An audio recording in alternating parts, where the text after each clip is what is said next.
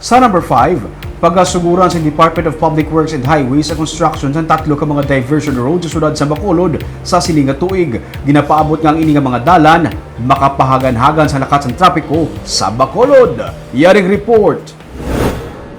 Kung gikan ka sa sur, hindi mo na kinahanglan magsulod sa barangay Sumag proper sa Bacolod kay may dalan nga inugpatukod ang DPWH nga bagaangot sang Sumag sa barangay Kabug. Sunod sa kay Lone District of Bacolod Representative Greg Gasataya, ini nakita nila nga solusyon para mapahagan-hagan ang traffic sa barangay proper sang Sumag.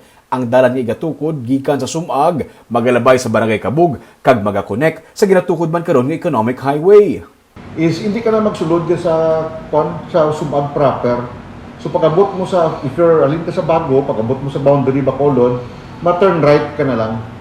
Pag turn right mo da, matiyog ang may mo sa dalan dira going sa Kabog, i-connect sa economic highway, rikta ka Kabog, and hopefully mahingagaw niya nga malabot pati circumferential. Isa lamang ini sa tatlo ka mga diversion road nga suguran ubra sini nga tuig. Ang ikaduha, ang Burgos Extension sa may barangay Granada. Kung gikan ka sa East Center sa Bacolod, padulong sa Barangay Granada, hindi mo na kinahanglan maglabay sa Granada proper. Pwede ka na makaliko antes sa San Dionisio, rekta pa Alangilan.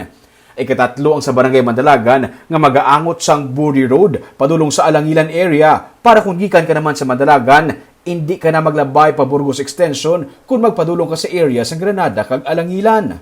If you're going to Granada or Alangilan, kung ari ka sa Mandalagan, dira sa area, probably sa Buri Road, marikta-rikta na lang siya.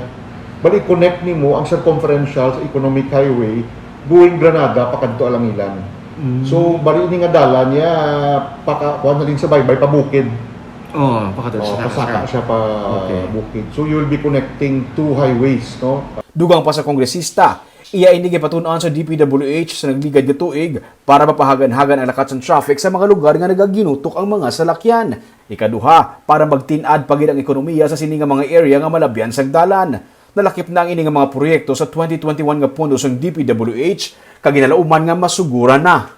Ginaprubahan sang DPWH ang ini nga proposal sa ngaton, and then gin-include sa 2021 nga General Appropriations Act, meaning punduhan na sang sang DPWH ang pagsugod sa sinitatlo ka mga bypass and diversion roads diri sa Bacolod. So hopefully anytime this year masugod ang pag-construct. Samtang may deadline naman ang DPWH Region 6 nga natalana nga ipahulam sa DPWH Bacolod para mahawanan ang mga suba nga masami nagaawas kung tig-ululan. Ining ilan nakita nga pinakamadasig nga solusyon sa karon para mapahagan-hagan ang pagbaha sa sining nga panahon sa tig-ululan.